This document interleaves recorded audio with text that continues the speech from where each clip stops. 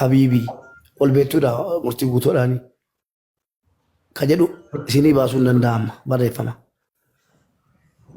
Lallaalatu kun abbaa godhi namni miti. dubbisa jechuun namni dubbisi jaalachuu miti baree zinnaa no kun rakkoon qabu kun zinnaa isaati yoo xiqqaate galgalatti namni meeqaatu isa dubbisaa nama meeqaatu isa hawwa kananiin beekaa. Shahaadaa jaalalaa qabachuu dide. Ay shaadaan no yoon dhabee minaalbaataa miti gaa gizee nama jaalattu laal. Dhaggeeffadhu.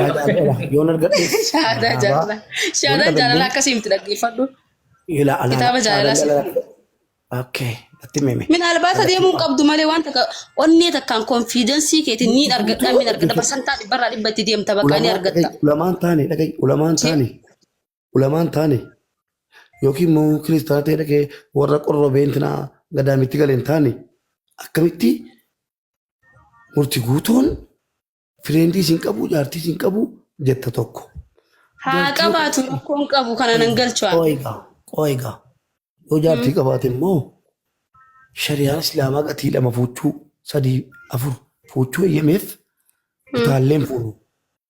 Annan rakkadhe malee tun afur fuudhe ammalaa tun dubartii afur fuudhe lama asiin ciisee walakkaa ciisee garuu humni kiyya nan eeyyamu. Ati akkamitti mucaan yoo jaartii qabaate jaartii irratti jaartiin ta'aa fi jettaati humna qabaachuu isaa beeka. Laaf waan jaaladhuuf rakkoon qabu. Jaalalli muka si'a nyaachisu muka nyaattaa reetii. Maal si aarsa minaan naa dudaal deebiidhaaf gaaffiidhaan yaasa hin oolin deebisa. Hai. Giggima jettee didde.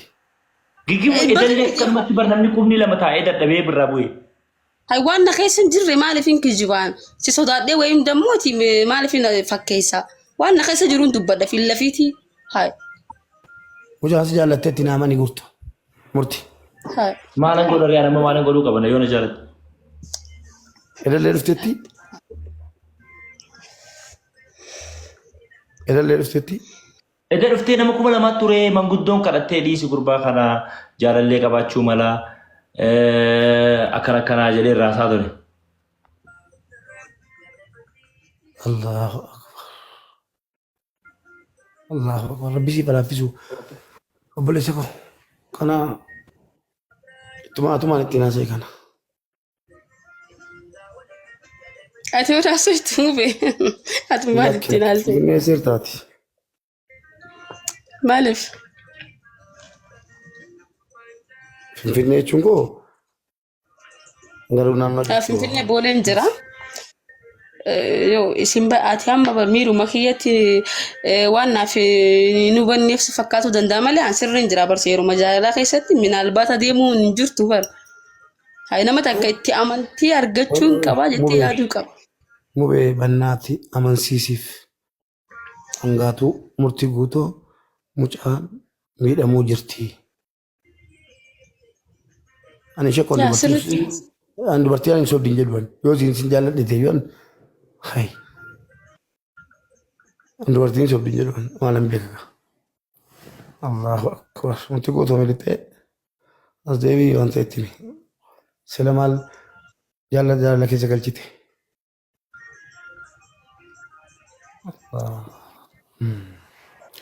Yoo nama shabalaa kan biraasii argee waan gara kootiin.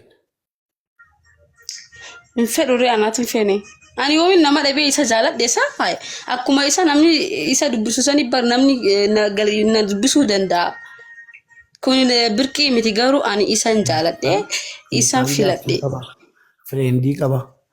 Dhibbaa qabaatu dhibba. Shanaa qabaatu min chigira allo. Hin guddatti ilmoo. Bada iyyeessa. Jaaladhu.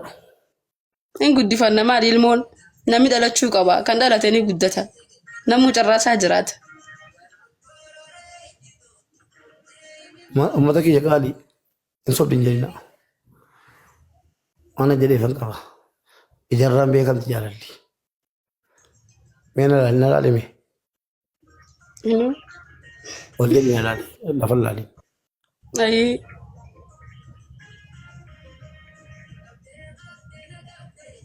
Jaalattetti. Indi akkan jaaladhu silaa qoyina akka nama jaalatu namni ati sirrii jirta bakka ani beeyta sireessa amma jaalala keessa bar fakkeessu akkana godhuu maaltu fide Gin ani beeku gin. Ijoollee bara kana maal taatanii?